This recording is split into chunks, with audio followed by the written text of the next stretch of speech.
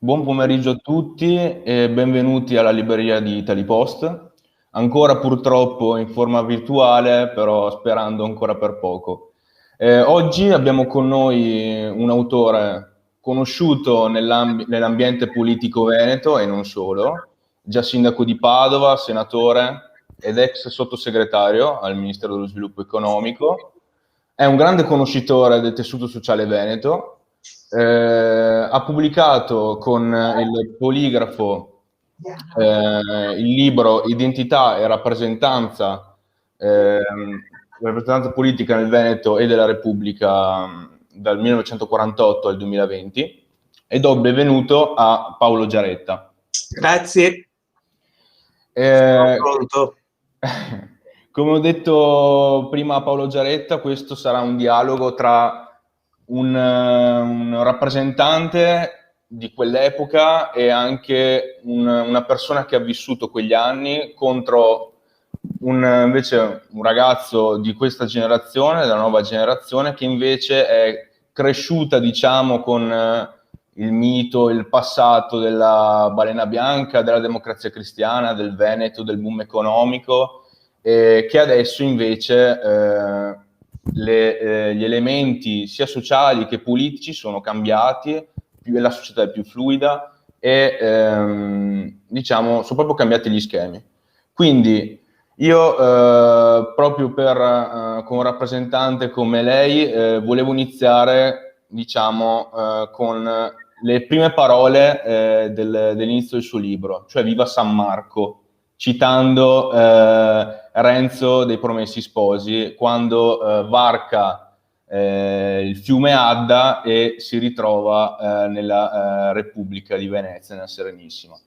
Ovviamente non le chiedo di spiegare la Repubblica della Serenissima, il Risorgimento, ovviamente no, però comunque ritroviamo infatti qualche forse nostalgico della Serenissima, dell'indipendenza, potrebbe in questo momento, diciamo, essere molto contento, però diciamo che questa identità la ritroviamo anche nel 48 fino ai giorni nostri, nel senso, cosa è stato il Veneto e cos'è il Veneto per i veneti? È stato. Sì, questa è un po' una chiave di lettura del mio libro, e difatti nel titolo si parla di identità. Il concetto di identità è un concetto abbastanza sfuggente, al di là così dell'uso che se ne può fare politicamente. Difatti c'è nel libro anche una citazione di una bella espressione di Cesare De Michelis, proprio che cerca di indagare questo concetto dell'identità. Certamente questa coscienza di un'appartenenza e di un rapporto molto intenso con il territorio che si vuole rappresentare è quello che emerge in fondo da questa storia. Io appunto sono di una generazione che quando andava alle elementari c'era il libro, il sussidiario si chiamava allora, c'era un solo libro di testo e nell'elenco delle regioni si parlava delle tre Venezie, la Venezia Euganea e la Venezia Tridentina, poi c'era la Venezia Giulia, no? Quindi c'era già allora. Posso ricordare ad esempio un fatto importante per chi pensa che questa idea del federalismo, questa idea appunto di una politica identitaria legata al territorio sia un fatto più recente, ma quando i costituenti veneti nel 1970 si fa la riforma delle regioni, per la prima volta si eleggono i consigli regionali ed è un presidente del Consiglio Veneto, Mariano Rumor, che dà attuazione a quella riforma con molto coraggio, perché era un punto discusso, vi erano forti preoccupazioni. e i costituenti veneti scrivono lo statuto della nostra regione, che in gran parte è ancora in vigore, sia pure ha subito qualche modifica, e proprio all'inizio fa questa precisazione: l'autogoverno del popolo veneto si attua in forme corrispondenti alle caratteristiche e tradizioni della sua storia. È l'unica regione d'Italia che nel proprio statuto abbia questo riferimento all'autogoverno del popolo veneto, quindi un concetto identitario. E allora non è che esistesse la Lega, naturalmente. Questo è uno statuto scritto dai democristiani, perché avevano la maggioranza assoluta del Consiglio, anche se poi lo statuto è stato approvato all'unanimità. E quindi c'era questa tradizione culturale del grande valore delle autonomie e del grande valore del rapporto con il territorio.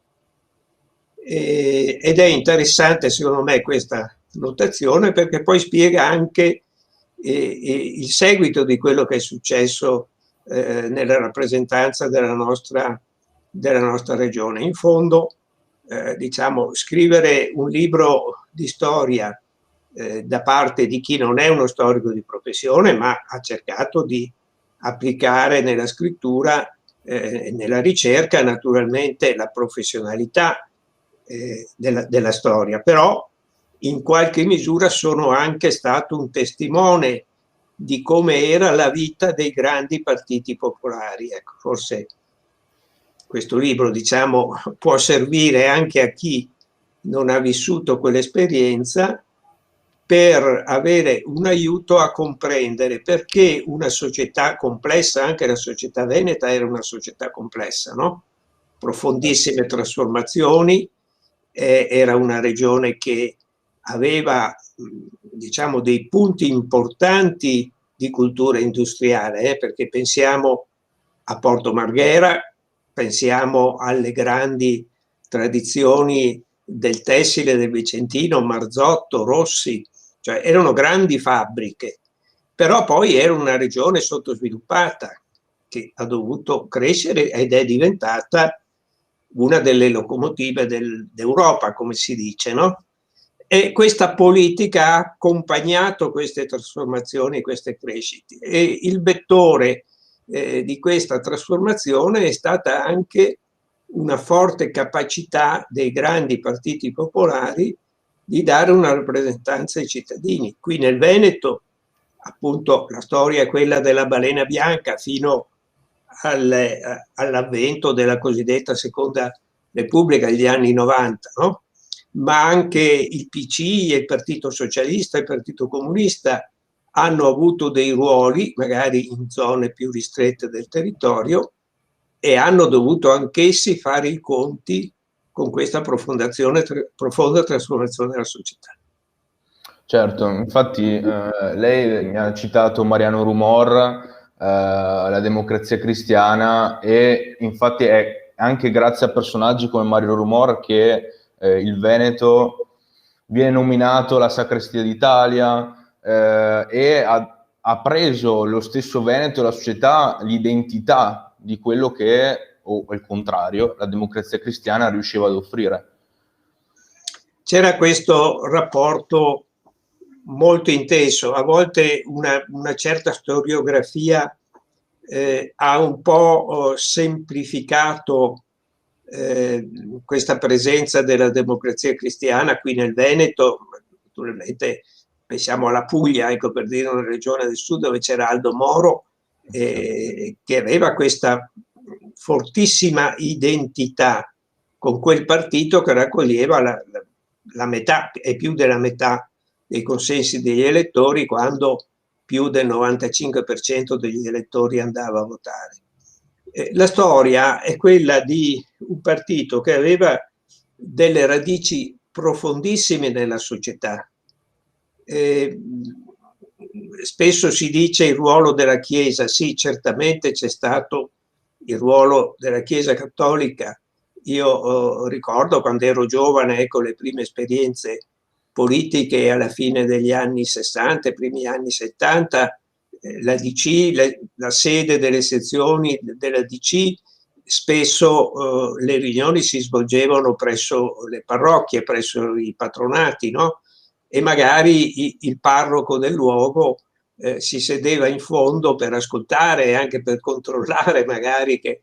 Però la rappresentanza era molto più ampia, riguardava il tessuto dei piccoli imprenditori, degli artigiani, dei raccoldiretti, dei commercianti, molti dei leader locali, territoriali veneti avevano alle spalle proprio questa esperienza. Se pensiamo, per dire due nomi molto importanti nella rappresentanza veneta della Democrazia Cristiana, come Mariano Rumor, per 5 volte Presidente del Consiglio, Luigi Gui, padovano, più volte ministri, tutti e due nascono alla vita politica avendo alle spalle un ruolo di rappresentanza di interessi nella società. Mariano Rumor, quando inizia nella fine degli anni 40, insomma i primi anni 50, era presidente delle ACRI di Vicenza, quindi un'organizzazione cattolica, l'Associazione dei Lavoratori. Luigi Gui è stato presidente della Coltivatori Diretti, è stato presidente per molti anni dell'Associazione dei Combattenti Reduci. Oggi viene un po' da sorridere, no? Ma erano associazioni che stavano dentro la società e quindi il successo anche politico, anche elettorale e l'autorevolezza dei leader derivava da questo rapporto molto profondo con la società. Sotto un certo profilo, diciamo, il successo di Luca Zaia, spesso si dice se è un democristiano, se è un post-democristiano, sono osservazioni un po' superficiali, no? Perché è cambiato tutto il sistema politico, è tutto un altro mondo ed è cambiata la società. Però certamente rintraccio nei comportamenti di Luca Zaia una considerazione che il rapporto con il territorio e con gli elettori sia molto importante. Oggi magari è un rapporto più diretto rispetto a come era quando c'erano grandi organizzazioni partitiche, però il fatto di essere un rappresentante che non ignora se un cittadino scrive, diciamo, mediamente, per quello che ho capito io, ottiene una risposta dalla struttura che sta alle spalle di Zaia, naturalmente. Così come era allora che anche per il sistema elettorale che allora era basato sul voto di preferenza individuale, che richiedeva, specialmente nella Democrazia Cristiana, in altri partiti, magari nel PC, il Partito Comunista, era un po' diverso il sistema, ma richiedeva una fortissima capacità personale ed individuale di attrarre, oltre al consenso sul partito, il voto di preferenza per essere eletti. Per dire, nella regione Veneto un parlamentare della Democrazia Cristiana nel collegio della Camera, che allora comprendeva le province di Padova, di Rovigo, di Vicenza e di Verona, per essere eletto doveva mediamente avere almeno 35-40 mila voti di preferenza. Voleva dire che 35.000 cittadini dovevano scrivere il nome di quella persona. Certo. E come facevano a conoscerlo che non c'erano, non c'era i social, no? Non c'era nulla di tutto questo. Quindi era un rapporto di una catena di fiducia personale. Magari non conosceva personalmente quel nome che scriveva, ma nel suo paese aveva una persona di cui si fidava che gli dava questa indicazione. E se aveva da lamentarsi con quel parlamentare che aveva eletto, sapeva come fare, perché si rivolgeva a chi, poteva essere il segretario della sezione, un amico che gli aveva suggerito quel nome. Certo. Ecco, quindi c'era questo legame molto stretto tra gli interessi che si muovevano nel territorio e la rappresentanza politica.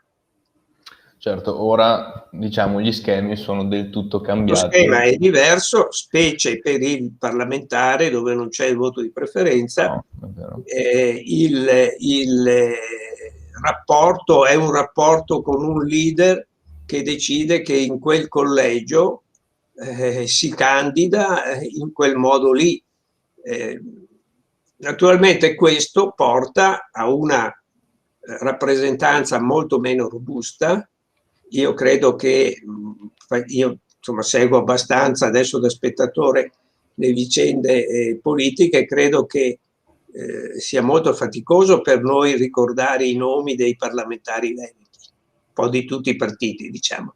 Perché? Perché non c'è quella soggettività che il vecchio sistema dei partiti portava con sé e obbligava, magari in forme diverse. Ecco, nella DC c'era questo voto di preferenza molto diffuso, libero, in cui si forgiavano delle leadership territoriali. Magari nel Partito Comunista Italiano c'era un meccanismo diverso perché il voto di preferenza individuale insomma, non veniva accettato, era governato dal partito che decideva, dopo consultazioni con il territorio, chi dovesse essere la donna, l'uomo che doveva avere più preferenze, ma comunque c'era questo rapporto che si esprimeva attraverso un elettore che poteva scegliere tra tanti candidati. Una volta scelto il partito aveva la possibilità di scegliere anche i parlamentari. Per il Consiglio regionale c'è ancora questo sistema del voto di preferenza, è rimasto e diciamo comporta effettivamente una presenza più incisiva, nel senso che per essere eletti uno alla fine deve dimostrare di avere la fiducia di un certo numero di cittadini. Si è molto abbassato la quantità come si chiama, di elettori che praticano anche la scelta del voto di preferenza, però è una facoltà che per il comune e per la regione è rimasta. E questo secondo lei può essere una conseguenza della difficoltà di governare un paese a livello nazionale, perché come lei ha detto a livello regionale preferenze esistono ancora, però a livello nazionale quindi manca quel diciamo rapporto tra cittadino e istituzione. No, diciamo che è un rapporto diverso, no? Io più che usare il termine Prima Repubblica preferisco usare quello di Repubblica dei partiti, che è il titolo di un libro importante di uno storico del nostro paese, Pietro Scoppola, che ha dato una definizione giusta, perché effettivamente questo periodo cosiddetto della Prima Repubblica, diciamo che finisce con la cosiddetta discesa in campo di Berlusconi all'inizio degli anni 90, era un sistema che si reggeva effettivamente sulla presenza di grandi organizzazioni popolari, i maggiori partiti, la Democrazia Cristiana, il Partito Comunista, il Partito Socialista, poi dopo il Partito Socialdemocratico, diciamo, erano strutture fortemente ramificate sul territorio.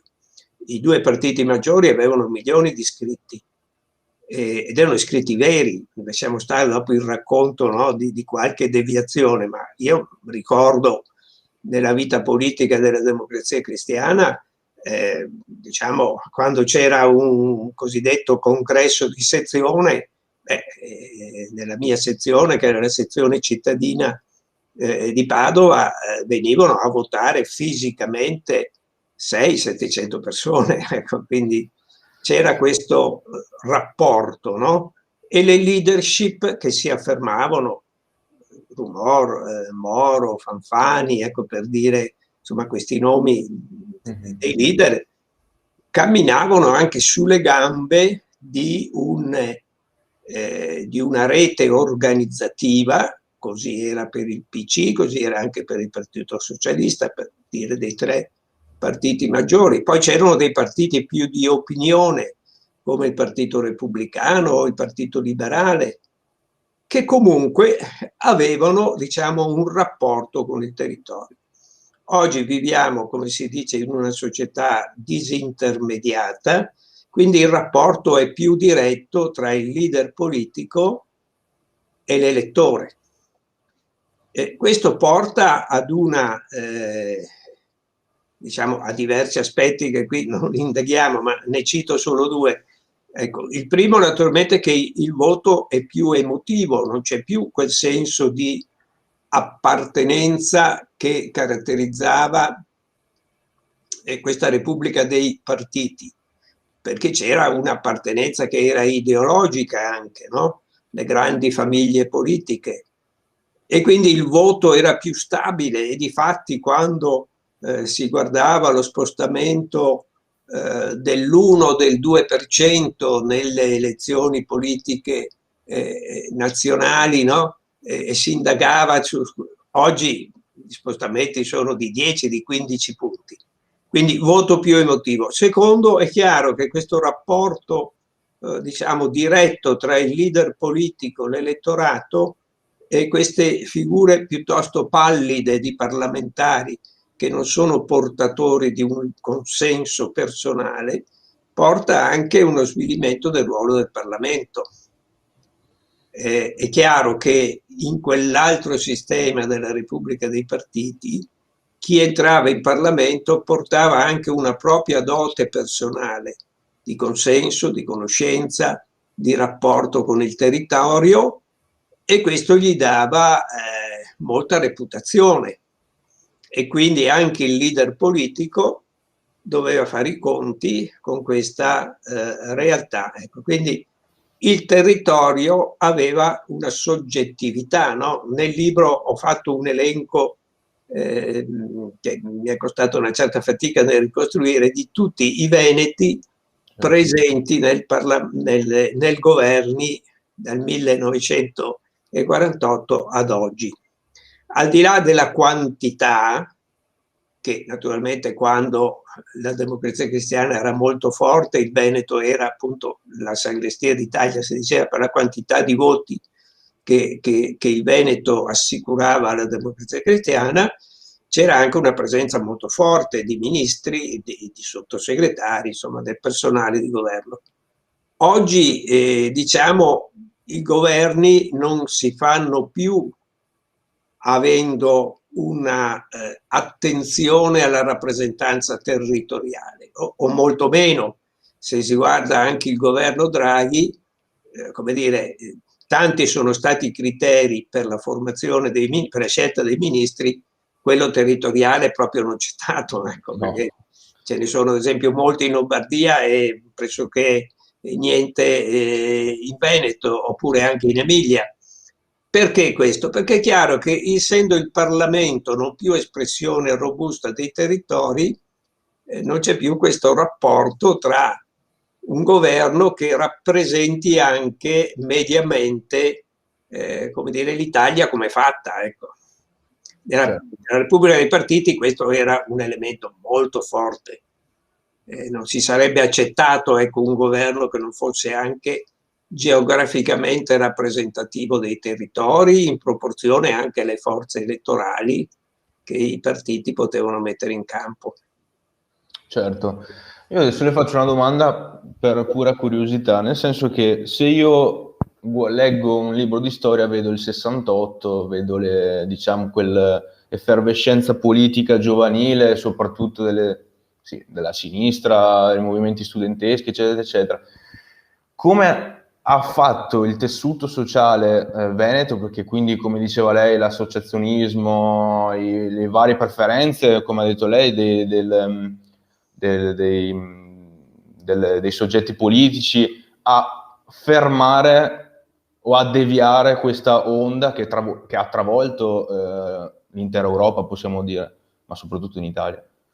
Sì, difatti, ecco, una cosa che ricordo nel libro di come, perché nella memoria collettiva si perde un po', no? Poi questi aspetti particolari, ma il Veneto dopo il 68, diciamo, è stato un terreno purtroppo fertilissimo di terrorismo politico. Noi abbiamo avuto episodi drammatici di persone assassinate, di violenze, di intimidazioni, pensiamo anche all'Università di Padova, e quindi il terrorismo, sia quello nero sia quello rosso, qui nel Veneto ha avuto una presenza drammatica molto robusta. Diciamo che forse non lo si è percepito abbastanza, e facendo un po' di ricostruzione, insomma, in questo libro, ecco, io stesso sono stato impressionato di quanti assassini, quanti episodi terroristici abbiano interessato all'inizio degli anni 70, ma per un bel pezzo degli anni 70, il territorio veneto, e di come questo in fondo sia stato abbastanza marginale nella poi capacità comunque di rappresentanza. La risposta, diciamo, avviene su due piani: tanto una risposta politica generale di isolamento del terrorismo. Qui il Partito Comunista ha svolto un ruolo diciamo molto importante, no? Ha fatto una scelta di campo a livello nazionale, e anche qui nel territorio veneto certamente l'ha fatta. Se leggiamo le memorie, ad esempio, di uno dei leader veneti del PC, Cesco Chinello, che è stato una delle personalità importanti, rende conto di questo dibattito interno, insomma, quando si è passati nel giudizio del terrorismo rosso dai compagni che sbagliano al fatto che fossero dei nemici del popolo, insomma, della rappresentanza degli interessi del popolo. E così ovviamente nella democrazia cristiana. E il tentativo è stato quindi di una risposta sul piano politico-sociale, le famose riforme, che erano riforme, diciamo, vere, che entravano nella vita dei cittadini. Se pensiamo all'esperienza politica del centro-sinistra, appunto, che inizia nel 1963, le risposte sono state la riforma sanitaria. Il diritto alla salute diventa un diritto garantito, la riforma della scuola media, fatta proprio da un ministro padovano, Luigi Gui, non era mica una riforma da poco, perché voleva dire che non succedeva più quel processo di esclusione per cui dopo la quinta elementare già un bambino era segnato, perché se non andava doveva scegliere tra la scuola media o l'avviamento, cosiddetto avviamento, che poi gli avrebbe precluso ogni ulteriore crescita dal punto dell'istruzione. La riforma pensionistica. Ecco, e poi in quegli anni naturalmente ci fu una risposta di interventi anche economici robusti. Avevamo un ministro del lavoro come Don Acaté, una personalità molto forte che veniva da un'esperienza sindacale, quindi con l'aiuto dei sindacati si portò sul piano della contrattazione, quindi dell'aumento salariale. Ecco, certamente era una politica che allora ci sembrava, anch'io che ero giovane, allora mi sembrava magari troppo timida. Adesso, vista con quello che è successo dopo, c'è stato un coraggio di intervento. Quando si legge anche, ma in quel periodo c'è stato un aumento dell'indebitamento, la spesa pubblica, sì, certo, la risposta è stata anche quella. Abbiamo bisogno di intervenire in modo più robusto usando la leva della spesa pubblica. E quando si vedono, diciamo, i grafici, io mi sono occupato per tanti anni di finanza pubblica, si vedono i grafici della crescita del debito, bisognerebbe metterla vicino alla cronaca politica di quegli anni. Ecco, cioè, è stato un modo di evitare che il paese esplodesse, perché chi ha memoria, insomma, ricorda che è stato un periodo in cui Diciamo, io sono stato in quegli anni giovanissimo segretario provinciale della Democrazia Cristiana di Padova per un breve periodo, ed era la fase delle bombe alle sezioni della Democrazia Cristiana, per cui alla mattina ti alzavi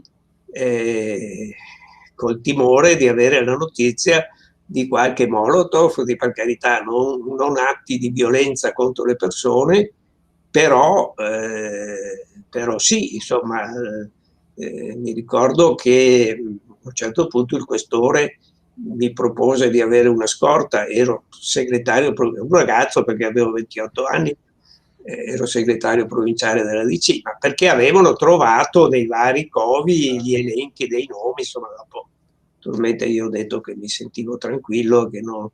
Ecco, ma per dire, il clima era quello, no? Era un clima difficile. Oggi che vediamo anche la sofferenza del paese di fronte alle chiusure, ecco, c'è una sofferenza, c'è bisogno di una risposta della politica.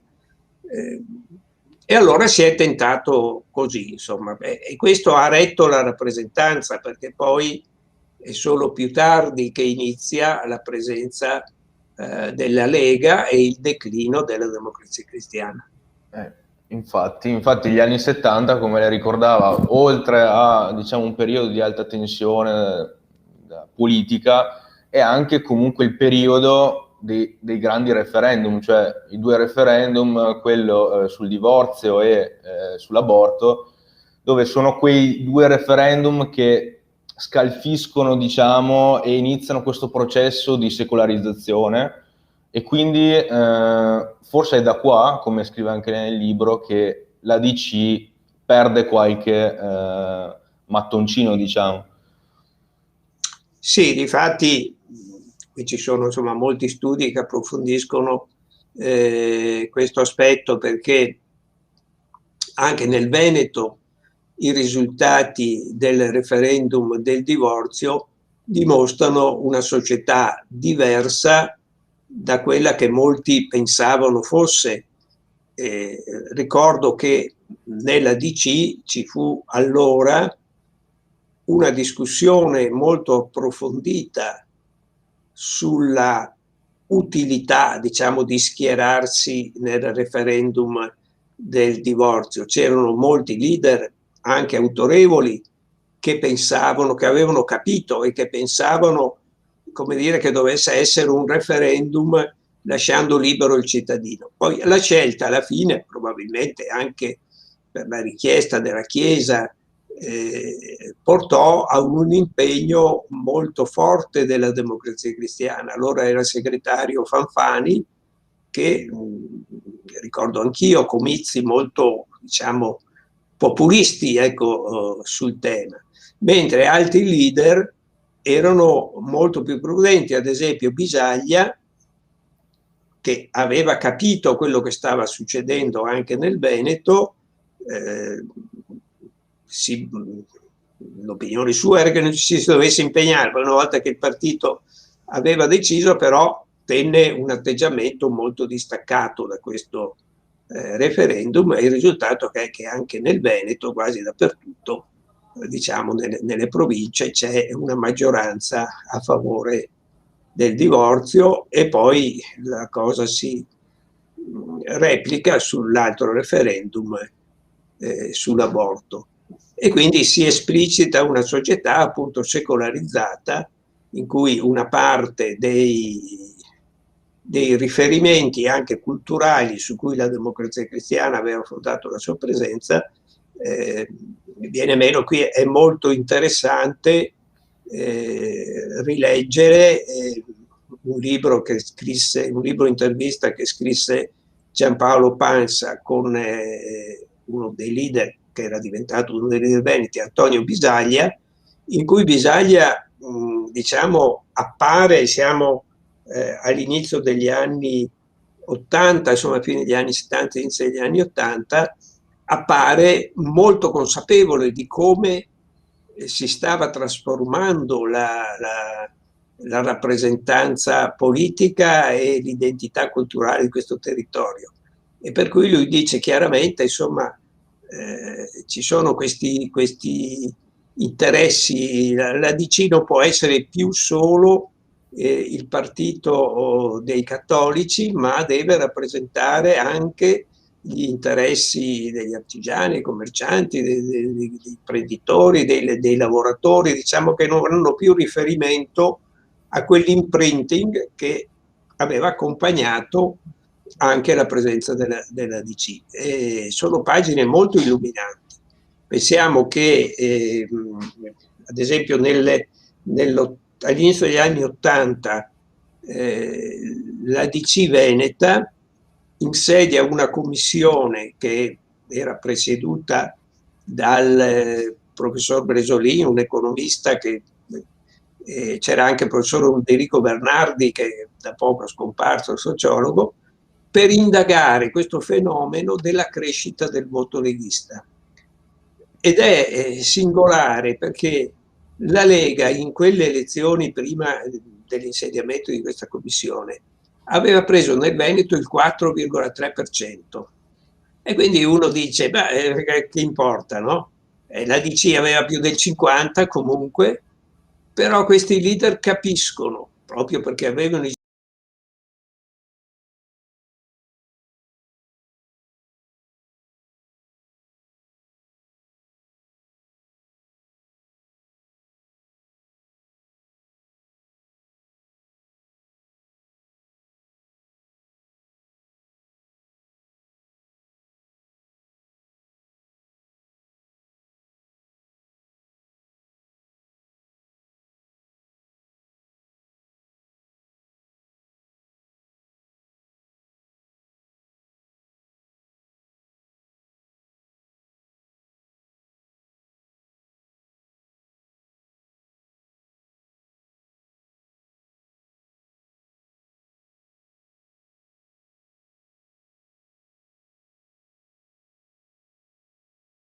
hai giustamente detto, è la società che è una società più liquida, più mobile, in cui la politica, diciamo, è più esterna alla vita dei cittadini. Ecco, se posso portare così la testimonianza anche personale, non solo insomma del ricercatore storico, è un po' questo che nella Repubblica dei partiti, i partiti per una parte di cittadini, diciamo, erano qualche milione che partecipavano alla vita dei partiti, attraversava anche la vita individuale, insomma il partito era uno strumento anche di affermazione di sé, di tutela dei propri interessi, e questo ha dato solidità alla rappresentanza.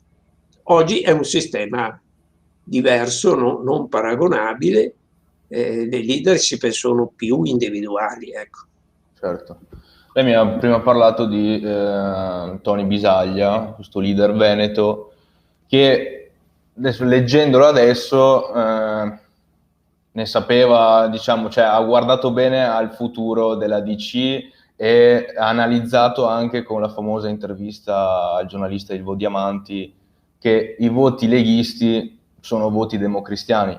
Quindi chi era Tony Bisaglia, visto che penso che la mia generazione pochi penso sappiano chi fosse e qual era la sua veduta del Veneto, cioè diciamo, preciso che io nella Democrazia Cristiana, di cui sono stato militante, dirigente, insomma, ero un oppositore di Tony Bisaglia. Diciamo, nelle due grandi famiglie che qui nel Veneto si fronteggiavano, c'era una maggioranza cosiddetta dorotea, di cui Mariano Rumor e Tony Bisaglia erano due leader più importanti, e una rappresentanza di una sinistra, insomma, di una parte più progressista, che era le correnti di Forze Nuove, si chiamavano, della base, dei Morotei, ecco, che erano una minoranza sostanzialmente dentro la Democrazia Cristiana Veneta.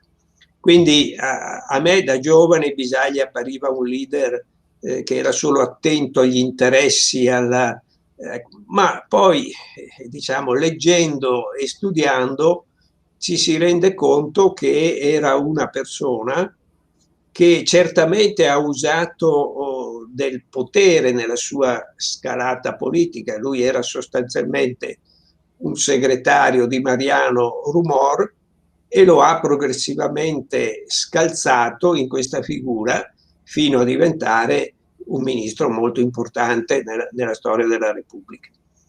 E questa sua, si diceva insomma che lui usava naturalmente tutto il potere per anche sostenere il suo successo elettorale attraverso contributi finanziari, eccetera. Però la sostanza è che aveva capito questa frattura che si era realizzato nella rappresentanza e cercava di dare una risposta, diciamo, enfatizzando e rafforzando quest'idea della DC come partito rappresentante di interessi materiali, e aveva anche una idea che questo Stato così centralistico non era più adatto a rappresentare questi interessi, tant'è che lui, questa appunto famosa intervista che fa a un giovanissimo Ilvo Diamanti, dice che ma noi saremmo pronti a immaginare un partito federale sul modello di come era la Democrazia Cristiana tedesca. Però dice noi siamo pronti, però a Roma non sarebbero pronti. Capisce che questa esigenza, diciamo, di una rappresentanza di tipo federale non c'era ancora a livello nazionale una cultura in grado di accettare questa forzatura. Poi Bisaglia muore in quel modo, diciamo, un po' misterioso, che non è mai stato pienamente chiarito, e lui era in una situazione che era molto probabile che sarebbe diventato segretario nazionale della Democrazia Cristiana. E certo la storia sarebbe stata interessante, no? Per capire se, avendo questa idea in testa, poi sarebbe stato capace di reggere una idea di un partito, grande partito, che sarebbe diventato una sorta di partito federale, insomma, o di partito sul modello, appunto, come in Germania c'è la CDU e la CSU, che rappresenta la Baviera sostanzialmente. Certo. Quindi è un leader controverso perché dal punto di vista della gestione del potere è stato accusato, ma poi alla fine, insomma, non credo che fosse molto diverso da altri. Dal punto di vista dell'analisi politica trovo che avesse capito abbastanza in anticipo quello che sarebbe successo. Lui a un certo punto in questo libro di Pansa dice, beh, ma se noi non riusciamo più a rappresentare, cosa volete che sia? Sarà finita la storia della DC. Gli elettori si rivolgeranno ad altri. E che poi è quello che è successo con la discesa in campo di Berlusconi, la crescita della Lega, e sono due partiti che hanno pescato in modo molto cospicuo nell'elettorato tradizionale della Democrazia Cristiana. Certo, io adesso mi ha appena citato, diciamo, la caduta della DC, però mi viene in mente che diciamo c'è il muro di Berlino che casca, arriva Tangentopoli, la Repubblica dei Partiti, come diceva lei, si spezza, però mi viene in mente che comunque lei era sindaco di Padova in quegli anni. Come l'ha vissuta lei quei momenti dove il suo partito si ritrovava, mi pare che alle elezioni del 92 un quarto dell'elettorato democristiano in Veneto fosse andato perso? Che tempi erano per i democristiani veneti? Diciamo, io finché sono stato in servizio con la Democrazia Cristiana, e quindi fino al 93, diciamo che la Democrazia Cristiana era ancora comunque abbastanza forte, insomma non c'era ancora stata l'esplosione della Lega, non c'era stata la discesa in campo di Berlusconi. Certo, diciamo una comprensione di quello che stava succedendo e della necessità di dare risposte diverse per chi come me, come tanti altri sindaci, insomma, che erano a contatto con la società, capivano che bisognava dare risposte diverse. Ci sono state due occasioni. La prima è stato, chi è più anziano, diciamo, se lo ricorda, il referendum Segni sulla preferenza unica, che in realtà era, diciamo, un referendum che invitava a guardare in direzione di una riforma del sistema della rappresentanza. E mi ricordo che a Padova io ed altri, insomma, democristiani capeggiammo proprio il comitato per il sì a questa riforma, e Padova fu una delle città che a livello nazionale ebbe la percentuale più alta, superiore al 90% sul sì, ecco. E avevamo capito che bisognava muoversi in quella direzione, così come diciamo, da sindaco a un certo punto rompemmo l'alleanza tradizionale di una giunta DC-PSI e per diversi motivi, diciamo, io comprendendo il messaggio che veniva da questo referendum, la voglia di una politica diversa, facemmo in pratica la prima giunta in Italia di un comune capoluogo che vedeva la presenza della DC, della Democrazia Cristiana, del Partito Comunista, che nel frattempo era diventato Partito Democratico della Sinistra, senza i socialisti. Cioè era una giunta che rompeva, perché i socialisti, diciamo, in quel momento Craxi fece il famoso appello: non andate a votare, andate al mare. Insomma, era una forza politica che era rimasta sconfitta su questo tema. Ecco, per dire che c'è stato un tentativo di risposta. Poi venne Tangentopoli, come dire, Tangentopoli fu l'occasione di una destrutturazione totale del sistema, con una grave, diciamo, una grave conseguenza specialmente per il Partito Socialista, ma anche per la Democrazia Cristiana. Poi c'è la rottura, nasce il Partito Popolare, il CDU, insomma le varie diaspore della Democrazia Cristiana, e la grande nascita di Forza Italia a livello nazionale e della Lega al Nord. Sì, in Veneto quindi la DC venne sostituita dal cosiddetto forzaleghismo. Cosa aveva di più o di meno il forzaleghismo della classica democrazia cristiana veneta? Diciamo, intanto era una novità, no? E quindi c'era una stanchezza dell'elettorato e una domanda di una politica nuova, che in quel momento Berlusconi rappresenta a livello nazionale e la Lega a livello territoriale. Era anche espressione appunto di un cambiamento antropologico, diciamo così, della società, che, come aveva osservato Bisaglia, ma anche altri leader, diciamo, invece della sinistra democristiana, pensiamo in quegli anni, prima della sua morte, Moro fa dei discorsi severissimi nei confronti dell'immobilismo della Democrazia Cristiana, perché aveva capito questo cambiamento profondissimo, antropologico, radicale degli elettori, del modo di essere. Ecco. Quindi questa crescita elettorale è la ricerca di un qualche cosa di diverso da quello che aveva potuto assicurare per tanti anni la Democrazia Cristiana.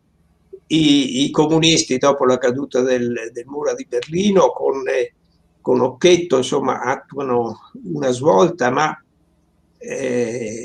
la vittoria avviene con Berlusconi, insomma, avviene questo cambiamento degli equilibri nazionali e nasce, sì, non c'è più la Repubblica dei partiti, inizia una Repubblica delle leadership individuali. La Lega mantiene un rapporto più forte con il territorio, con forme diverse da quelle tradizionali del tesseramento della sezione, insomma, però c'è questa presenza e c'è un affidamento dell'elettorato molto, molto robusto, no? In fondo nel libro individuo 3 fasi: quello del grande regno della balena bianca, quello del forzaleghismo guidato dalle 3 legislature di Giancarlo Galan, e poi nasce il cosiddetto Zajastan, quindi dal forzaleghismo alla legafruzzismo, è la Lega che diventa il partito principale di riferimento per i veneti, con questa variabile di Zaia che è Lega e non solo Lega, perché la lista personale di Zaia supera diciamo, la lista ufficiale del partito. Sempre, qui bisogna dire, insomma, la lista di Zaia non è che sia una lista di società civile, è una lista di militanti della Lega, anch'essa, ecco, fatta così. Però c'è questo aspetto di una stabilità del consenso nel tempo che i veneti assicurano a Zaia, che è un dato sì, significativo dal punto di vista sociologico, politologico. Poi dal punto di vista politico ognuno fa le sue considerazioni, però certamente il consenso così elevato a Zaia è un fenomeno da considerare proprio dal punto di vista politologico, no? È il presidente di regione col più ampio consenso in Italia, e questo consenso avviene pur in una stagione abbastanza lunga del suo governo, tra vicepresidente della regione, ministro dell'agricoltura e presidente della regione. Diciamo, potrebbe anche risultare usurato, invece per gran parte degli elettori questo non è avvenuto, e bisognerebbe interrogarsi sul perché. Spetta, diciamo, agli avversari politici interrogarsi sul perché, spetta ai politologi e agli studiosi, diciamo, approfondire questo fenomeno di un consenso così elevato. Certo, gli avversari politici, come diceva lei, vabbè, ci sarebbe un'altra diretta da fare sugli errori della sinistra con le elezioni degli anni del 95, eccetera, eccetera.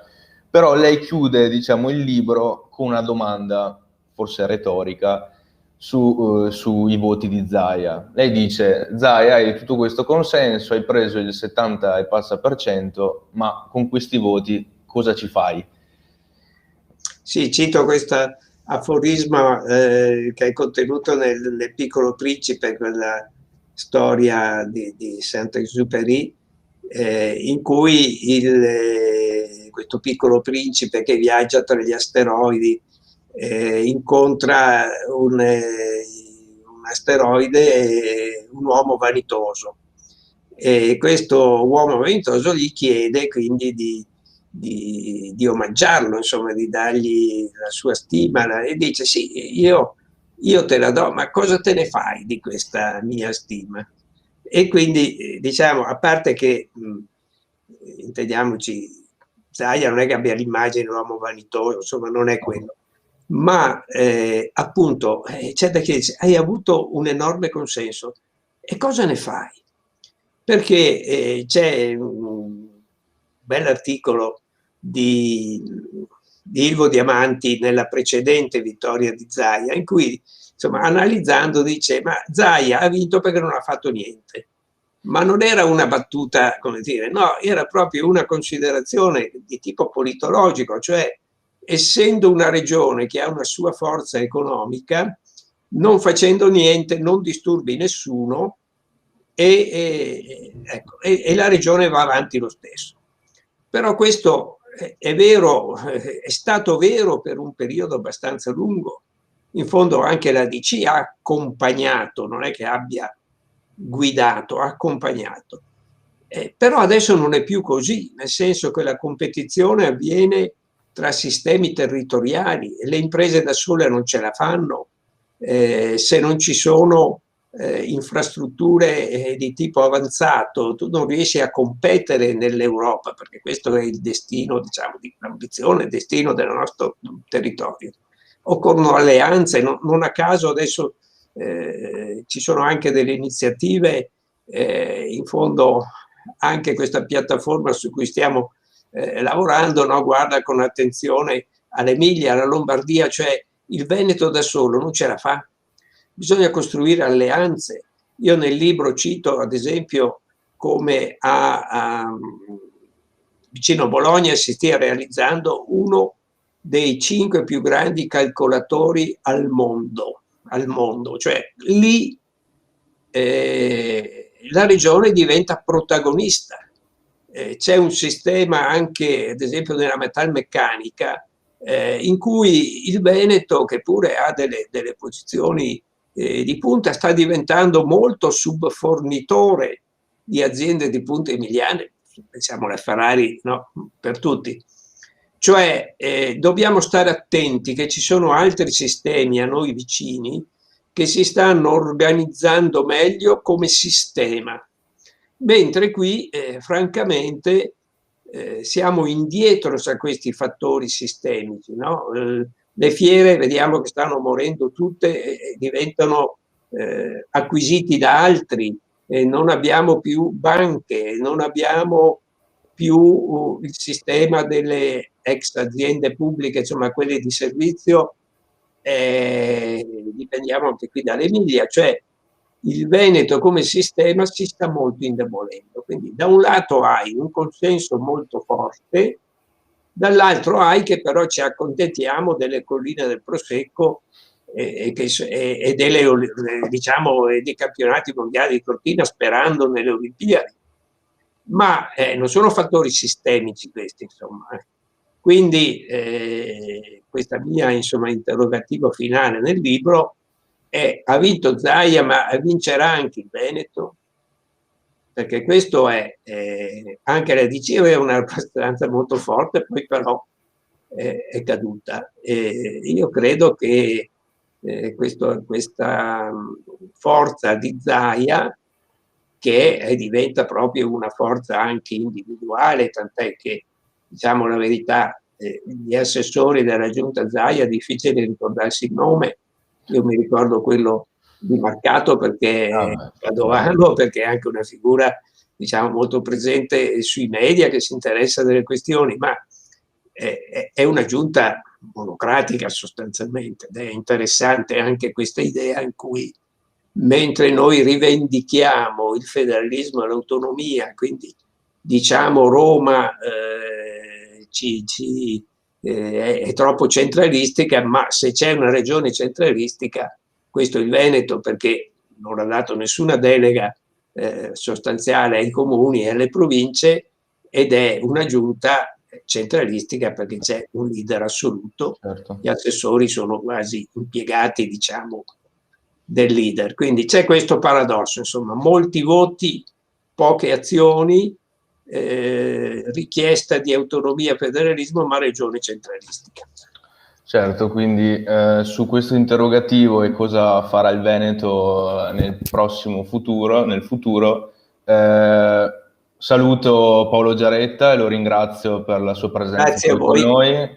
E andate in libreria a comprare il suo libro, Identità e rappresentanza politica del Veneto della Repubblica, e prossimamente spero in presenza ci potremo rivedere per discutere ancora della politica del Veneto. La saluto e buon pomeriggio a tutti e grazie.